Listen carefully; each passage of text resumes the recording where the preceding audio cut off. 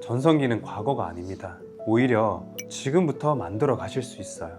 사실 선생님 그냥 제 모습이 너무 싫어요 이렇게 말하는 분께도 이건 바꾸실 필요가 없으세요. 지금도 충분히 멋지십니다 하고 돌려보내는 경우도 있어요. 어떻게 보면 이제 장사꾼의 입장에서 보면은 진짜 바보 같은 짓이죠. 내가 지금이 비로소 전성기구나 라는 감정을 느끼게 해드리는 것, 그게 제가 이 일을 하는 이유이자 저만의 방식이라고 생각해요. 셋업 독서편, 전성기를 찾는 모든 사람들의 이야기를 위해. 나는 나를 파괴할 권리가 있다는, 삶을 끝내고자 하는 이들의 마지막을 조용히 안내하는 한 남자의 이야기로 시작합니다. 그는 스스로를 자살 안내인이라 부르며 사라지고 싶은 사람들의 사연을 듣고 그들에게 가장 고요한 이별을 설계해 줍니다. 유디트, 미미, 그리고 그들을 둘러싼 사람들.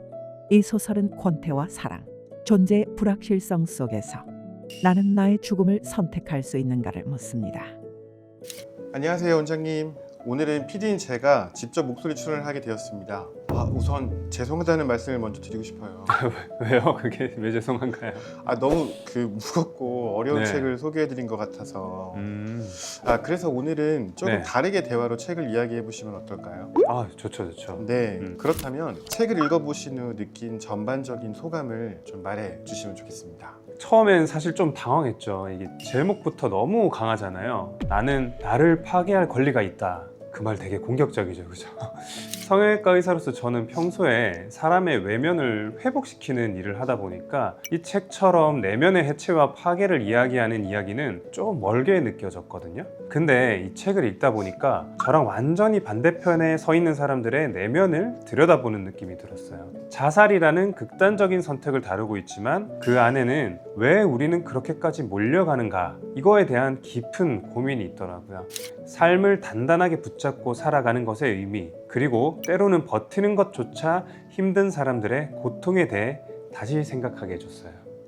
네, 잘 들었습니다. 그러면 원장님, 첫 번째 선택하신 문장 한번 가볼까요? 자살은 예술이다. 아니, 예술이어야 한다. 그것이 내가 그들에게 하는 마지막 친절이다. 첫 번째 선택한 문장 잘 들었습니다. 자살을 예술처럼 다뤄야 한다는 말은 처음에 극단적으로 들릴 수 있었지만 자세히 보면 죽음조차 존엄해야 한다는 태도로도 읽힙니다. 원장님은 살아가는 일을 예술처럼 아름답게 마무리한다는 관점에서 삶을 바라보신 적 있으실까요? 전 성형외과 의사로서 누군가의 삶의 질을 다루는 일을 하고 있잖아요. 어떤 분은 자신을 다시 사랑하기 위해서 변화를 원하고, 어떤 분은 나이 들어가는 자기 자신을 받아들이기 위해서 변화를 선택하죠. 결국 그 모든 선택은 삶을 내 손으로 아름답게 그려내고 싶은 욕망이라고 생각해요. 무기력하게 맞이하는 게 아니라 스스로 결정하고 준비할 수만 있다면 그것도 삶의 한 형태가 아닐까. 그게 바로 이 책이 말하는 죽음의 예술성이 아닐까 싶네요. 죽음이 감히 우리에게 찾아오기 전에 우리가 먼저 그 비밀스런 죽음의 집으로 달려 들어간다면 그것은 죄일까? 네, 이 책이 사람들의 자살을 돕는 자살 안내자의 이야기잖아요. 네. 단어가 진짜 무섭기는 한데 자살 안내자의 생각을 좀 말해주세요. 자살을 돕는다는 설정은 저처럼 생명을 지키는 일을 업으로 하는 사람에게는 일종의 이제 반대적인 세계처럼 느껴졌거든요. 근데 그 인물의 마음을 들여다보면 오히려 굉장히 삶의 진심인 사람일 수도 있겠구나, 그렇게 생각했어요. 자살 안내자는 결국 죽음을 도와주는 사람이 아니라 외면당한 감정을 끝까지 들어주는 사람일지도 모르겠어요. 죽음을 가볍게 여기는 게 아니라 오히려 너무 진지하게 들여다보고 있어서 그 끝을 존엄하게 만들어 주려고 하는 거죠. 그의 몸은 머물러 있으려 하고 스텔라는 그를 빠른 속도로 앞으로 이동시키려고 한다. 그는 여릿한 현기증을 느끼지만 불쾌하지 않다. 이 세계는 언제나 이런 식으로 그를 이동시켜 왔고, 지금 그에게 이 스텔라는 세상의 전부와 마찬가지, 곧 이 속도에 적응할 것이다. 여기서 K라는 인물은 총알 택시를 모는 인물인데요. 책 중에 180km의 속도로 운전하는 장면이 나옵니다. 외부의 강한 힘에 끌려가는 개인의 모습을 잘 보여주는 것 같아요. 혹시 원장님도 이런 상황을 겪어보신 적 있으신가요? 많죠.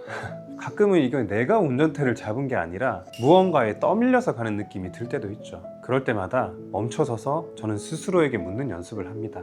아, 이건 내가 원하는 방향인가? 아니면 익숙해서 따라가는 건가? 그 질문이 지금의 저를 지켜주는 중심점이 된 것 같아요. 사람들은 끝없이 바꾸기를 원한다. 몸도, 마음도, 연인도, 직장도. 우리는 왜 이렇게 바꾸고 싶다는 마음이 강할까요? 지금 이대로의 나에 대한 불신일 수도 있고 또 다른 가능성에 대한 기대일 수도 있는데 원장님은 어떠세요?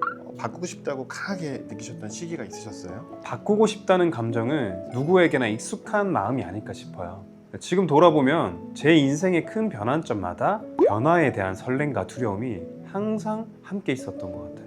가장 최근에는 이제 개원을 하면서 저만의 진료 철학을 세울 때가 나를 가장 크게 바꿔야 하는 시기가 아닌가 하는 느낌이 들었죠. 저는 단지 수술이나 시술을 잘하는 의사가 아니라 사람의 신체적 건강을 포함해서 마음까지 회복시켜 줄 수 있는 그런 공간을 만들고 싶다는 결론에 도달했죠. 그렇게 하루하루가 지나고 있었다. 아무것도 변하지 않은 채. 소설 속 인물들은 허무와 권태 같은 감정을 느끼며 살고 있는데요. 이들은 자존감이 낮다 못해 아예 없는 것처럼 느껴지기도 합니다. 아무래도 원장님은 성형외과 의사시다 보니까 외모적인 자존감이 매우 낮은 환자가 찾아오실 때도 있을 것 같은데요. 그럴 때는 어떻게 케어해 주시는지 궁금합니다. 슬프지만 그런 경우가 정말 많아요. 특히 겉으로 보기엔 전혀 시술이나 수술이 필요 없어 보이는 분인데도 본인은 너무 힘들어하시고 자꾸 과거의 나를 그리워하시는 분들이 있거든요. 그 마음 충분히 이해됩니다. 근데 저는 그럴 때마다 이렇게 말씀드려요.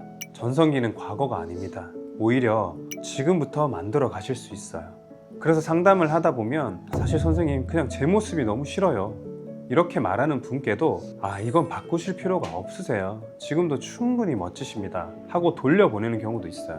어떻게 보면 이제 장사꾼의 입장에서 보면은 진짜 바보 같은 짓이죠. 근데 저는 그렇게 하고 싶지 않습니다. 지금 모습에 가장 어울리는 외면과 내면을 만들어 드려서 내가 지금이 비로소 전성기구나 라는 감정을 느끼게 해드리는 것, 그게 제가 이 일을 하는 이유이자 저만의 방식이라고 생각해요. 책을 읽으면서 문득 이런 생각이 들었습니다. 우리는 어쩌면 너무 자주 남이 정해놓은 길을 따라서 가고 있는 건 아닐까 하고요. 잠깐 멈춰도 괜찮고 조금 천천히 가도 괜찮고 지금까지 하는 전혀 다른 이야기를 써내려가도 괜찮습니다. 책의 제목처럼 나는 나를 파괴할 권리가 있다도 맞지만 저는 이렇게 말해보고 싶어요. 나는 나를 바로 세울 권리도 있다. 오늘도 당신의 이야기 위해 당신만의 전성기를 시작하시길 바랍니다. 독서세포를 깨우는 의사 오대명이었습니다.